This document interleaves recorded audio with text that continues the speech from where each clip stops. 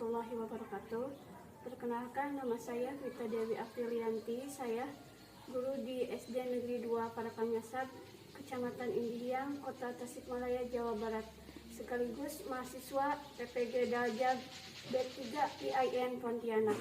Pada hari ini, Sabtu 14 Januari 2023, akan melakukan uji kinerja video praktik pembelajaran di kelas 5 dengan teori keteladanan Nabi Muhammad SAW. Assalamualaikum warahmatullahi wabarakatuh.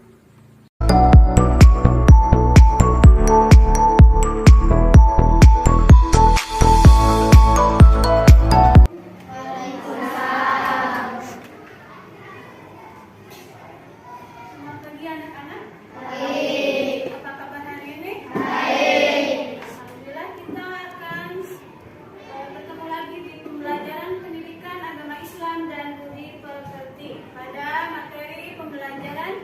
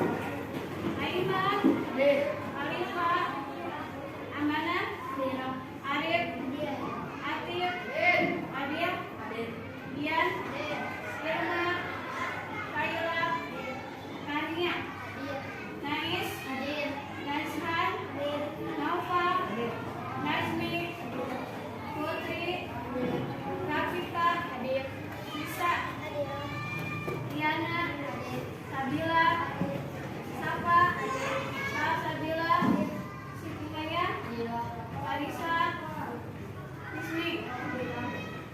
Alhamdulillah semuanya hadir pada hari ini. Untuk materi hari ini yaitu tentang kisah Nabi Muhammad SAW. Sebelum ke materi yang akan dibacakan, sampaikan Ibu akan membacakan materi hari ini ya. Materi pembelajaran hari ini yaitu peristiwa penting tentang kisah Nabi Muhammad SAW. Kedua, keteladanan Nabi Muhammad SAW. Tujuan pembelajaran kita hari ini, yang pertama, setelah proses pembelajaran, peserta didik diharapkan dapat meyakini kebenaran kisah Nabi Muhammad SAW dengan benar. Yang kedua, setelah proses pembelajaran, peserta didik diharapkan mampu menunjukkan sikap jujur dan peduli sebagai implementasi pemahaman dari kisah Nabi Muhammad SAW dengan benar. Yang ketiga, setelah berdiskusi dan menggali informasi, peserta didik diharapkan mampu menganalisis peristiwa penting pada kisah Nabi Muhammad SAW dengan tepat. Yang keempat, setelah berdiskusi dan menggali informasi, peserta didik diharapkan mampu menganalisis keteladanan Nabi Muhammad SAW dengan tepat. Dan yang kelima, setelah berdiskusi, setelah mengikuti kegiatan pembelajaran, peserta didik diharapkan mampu menceritakan kisah Nabi Muhammad SAW dengan percaya diri. Wassalam, lahirnya Nabi terakhir. Ribuan tahun lalu, Makkah hanyalah sebuah lembah di tengah padang pasir tempat persinggahan para kafilah dagang yang kemudian diubah menjadi sebuah kota di masa kekuasaan Nabi Ismail alaihissalam. Kota Makkah juga menjadi saksi atas lahirnya Khatamul Anbiya, penentu para nabi. Beliau adalah Muhammad bin Abdullah. Nenek moyang Nabi Muhammad bernama Hashim bin Abdul Manaf. Saat Hashim berkuasa, kota Mekah terkenal dengan pusat perdagangannya yang makmur. Tidak ada yang dapat menyaingi kemampuan berdagang masyarakat Mekah pada saat itu. Namun sayangnya, kehebatan masyarakat Mekah dalam berdagang tidak sebanding dengan kebiasaan jahiliyah yang sering mereka lakukan. Lihat lagu itu, dari tadi dia telepon dari sama aku, lalu berbelok kiri. Aku berkata, jika begitu berbelok ke arah kiri, maka kau akan tertimpa siang. Nah, kau jalanmu, ya itu saja. Menurut kepercayaan masyarakat jahiliyah, jika bumi itu berbelok ke arah kanan, maka nasib baik akan datang. Begitupun sebaliknya. Orang-orang Arab pada masa jahiliyah sangat percaya pada tahayul. Kebiasaan jahil lainnya adalah tentang penyembahan berhala. Awal mula penyembahan berhala di kota Mekah ketika seorang bernama Amr bin Luhai membawa sebuah berhala besar bernama Hubal dari Syam. Lalu diletakkan berhala Hubal itu di sekitar Ka'bah. Kemudian menyuruh orang-orang menyembahnya. Ayo cepat, waktu main minumannya. Rotongan ku rasanya kering sekali. Sabarlah sebentar kawan. Bagaimana kau jangan berjudi sambil minum-minum? Awalnya masih membingungkan. Mengapa aku tidak bisa melewatkannya kali ini? Hei, kamu yang duduk di sana, panggil para penari untuk menghibur kami. Tidak hanya berjudi dan minum arak, pencurian, perampokan juga hal yang sering terjadi.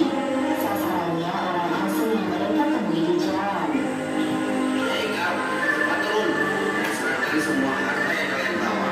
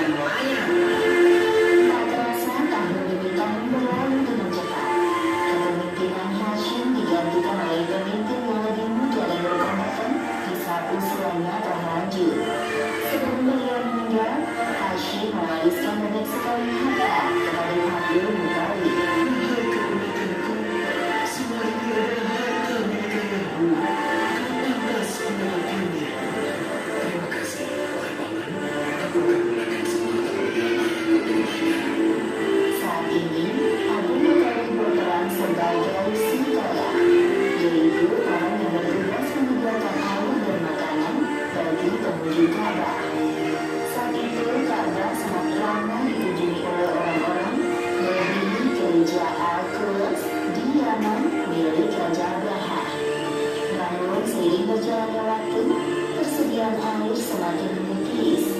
Pada saat itulah Abdul Muthalib teringat tentang cerita sumur Zam-Zam. Banyak orang mengatakan bahwa sumur Zam-Zam telah tertimbun tanah ratusan tahun yang lalu, jadi mustahil jika ditemukan. Sepertinya aku harus menemukan sumur Zam-Zam itu. Apalagi tugasku sekarang sebagai siswa ya. Kemudian beliau memanggil salah satu putranya yang bernama Haris. Wahai Haris, anakku, kemarilah. Dapatkah engkau menemaniku mencari sumur Zam-Zam yang telah tertimbun tanah ratusan tahun lamanya itu? Baiklah, dengan senang hati aku siap membantumu mencari sumur Zam-Zam itu. Wahai ayah. Abdul Muthalib dan Haris berkencan dalam menggali di beberapa tempat, namun tidak ada hasil. Wahai ayah, apa mungkin sumur Zam-Zam benar-benar telah lenyap tertimbun tanah? Wahai anakku, kalau kita bersabar, Allah akan memberkati pencarian kita. Orang-orang yang melihat perbuatan Abdul Muthalib dan Haris hanya bisa mencemooh. Wahai Abdul Muthalib, mengapa Anda mengerjakan perbuatan yang sia-sia? Sumur itu telah lama hilang tertimbun tanah. Ada yang dikatakannya, maka teman nenek moyang kita berusaha sebentar telah mencari tapi juga tidak berhasil.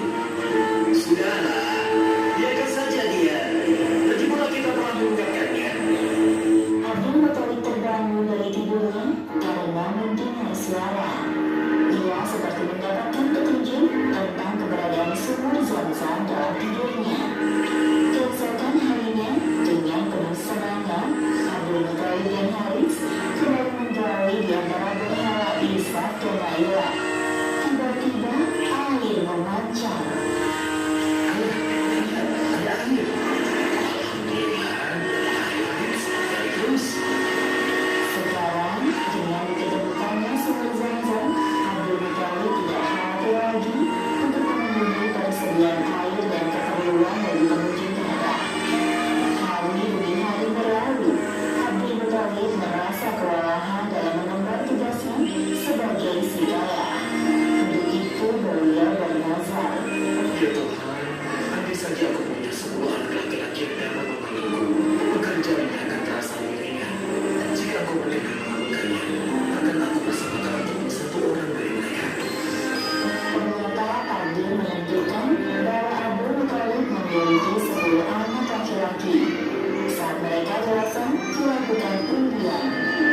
Setelah diundi beberapa kali, nama yang muncul selalu sama, yaitu Abdullah, si anak bungsu.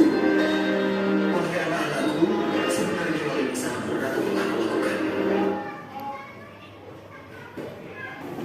Dari kisah yang telah kalian simak yang tadi, sekarang kalian duduknya berkelompok untuk bekerja sama melakukan latihan diskusi yang telah kalian amati dari kisah Nabi Muhammad yang tadi Ibu tayangkan. Silakan duduknya berkelompok. Coba perhatikan ke depan. Di sini Ibu sudah sediakan lembar kerja peserta didik yang nanti kalian akan bekerja sama bersama-sama ya, mendiskusikan dari hasil pengamatan kisah Nabi Muhammad. Di sini kalian tulis apa yang kalian dapat ambil dari kisah Nabi Muhammad. Terus yang kedua, di sini Ibu kasih lembar kayak kemarin ya, mix. Jadi nanti Ibu kasih kunci jawaban di kartu, kunci jawaban di sini kartu soalnya. Jadi kalian tinggal tempel kartu jawabannya di kartu soal, oke? Tulis sama kelompoknya ya.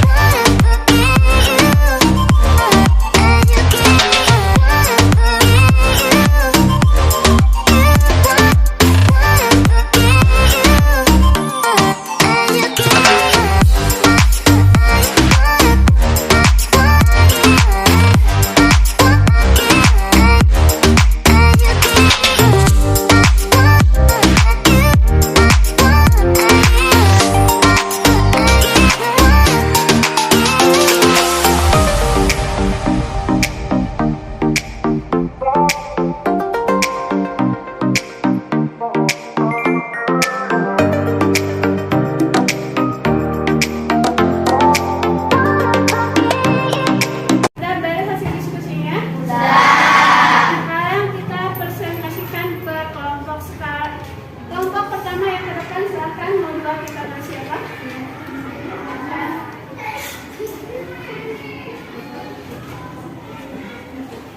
Assalamualaikum warahmatullahi wabarakatuh. Waalaikumsalam warahmatullahi wabarakatuh. Kami akan mempresentasikan hasil diskusi kami. Nabi Muhammad lahir pada Nabi yang terakhir, dan Nabi Muhammad selalu bersabar, peduli terhadap orang miskin, dan Nabi Muhammad juga peduli terhadap sesama.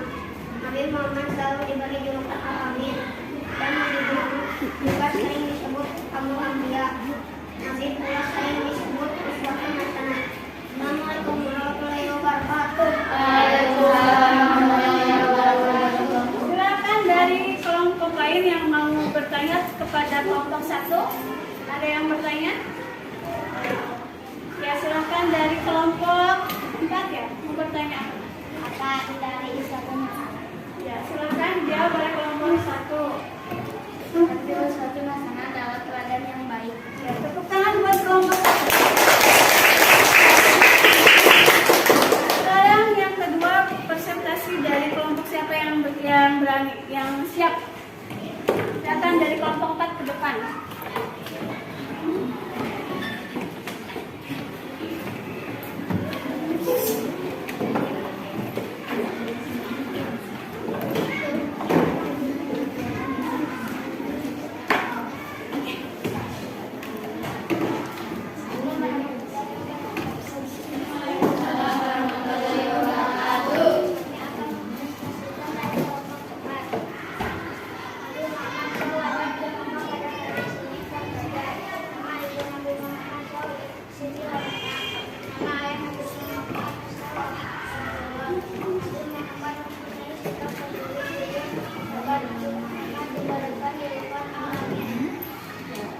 Tangan buat kelompok. Pertanyaan buat kelompok 4 juga? Ada. Lanjut oleh kelompok 3. Silakan ke depan dari kelompok 3.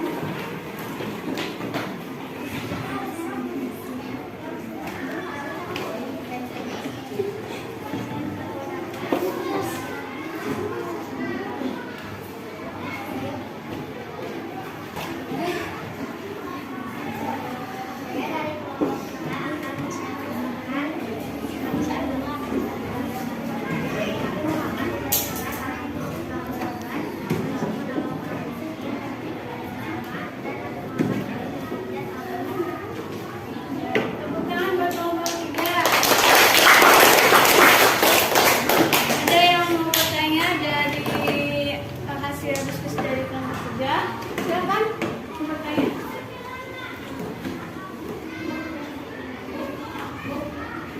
Apa arti Khatamul Anbiya? Arti Khatamul Anbiya adalah penutup para nabi. Ya. Tepuk tangan buat kelompok 3. Setelah berdiskusi dapat kita simpulkan. Apa kesimpulan materi kita hari ini? Sebelum menyimpulkan, ada yang mau menyimpulkan? Silakan, ada yang mau menyimpulkan? Nabi Muhammad lahir di kota Mekah pada hari Senin tahun Gajah, tanggal 12 April 26 Rabiul Awal, Bertepatan dengan bertepatan dengan 20 April 570 Masehi. ya, tepuk tangan buat Amanda. Jadi dapat disimpulkan ya, yang pertama bahwa Nabi Muhammad SAW lahir di kota Mekah Al-Mukarramah pada hari Senin tanggal 12 Rabiul Awal bertepatan dengan tahun Gajah atau Masehinya tanggal 20 April 570 Masehi. Yang kedua, sejak kecil Nabi Muhammad SAW merupakan seorang yang jujur sehingga diberi gelar Al-Amin oleh masyarakat Quraisy. Jadi Nabi Muhammad diberi Al-Amin itu oleh masyarakat siapa? Quraisy. Yang ketiga, pada usia 25 tahun Nabi Muhammad menikah dengan Siti Khadijah. 4. Pada usia 40 tahun beliau diangkat menjadi Rasul dan berdakwah mengajak umat menyembah Allah dan meninggalkan kemusyrikan. Yang kelima, Nabi Muhammad mempunyai kebiasaan berkhalwat, yaitu berdiam diri di gua Hiro. Yang keenam, Nabi Muhammad SAW sebagai penutup para nabi, maka sering disebut Khatimul Anbiya. Nah, kesimpulan Nabi Muhammad SAW memiliki budi pekerti yang merupakan suri tauladan yang harus kita contoh. Apa suri tauladan itu? Perilaku yang harus kita contoh. Yang pertama, jujur. Yang kedua, ketiga, peduli. Yang keempat, penyayang. Yang kelima, menyabar. Ya. Sebelum Ibu tutup, Ibu akan ngasih dulu soal post-test. Ini dikerjakannya sendiri-sendiri, tidak berkelompok. Kasih nama ini.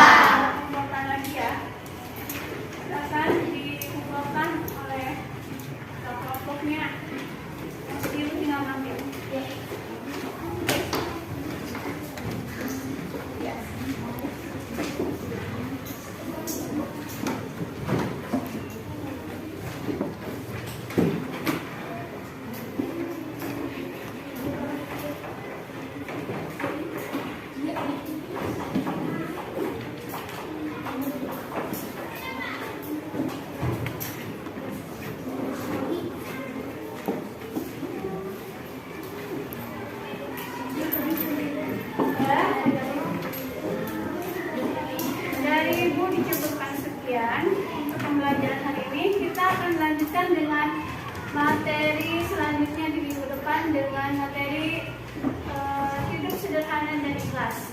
Sebelum kita tutup pembelajaran, kita doa dulu. Silakan dipimpin oleh Najhan.